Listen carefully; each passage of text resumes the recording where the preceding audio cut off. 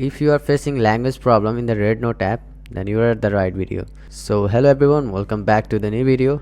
In this video I am going to guide you on how to change the default language from Chinese to English language in the Red Note app. So let's start the video.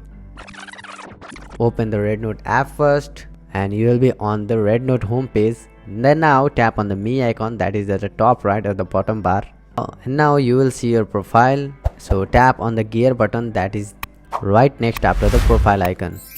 Here you will see the several settings like account security, general settings, notification settings, privacy settings and many more, but click on the general settings.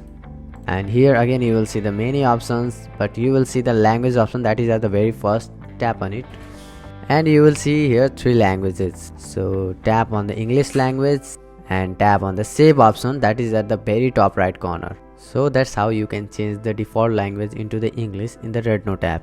That's it for this video. If this video helped you, then hit the like button and do subscribe for more videos like this. Bye bye, see you all in the next video.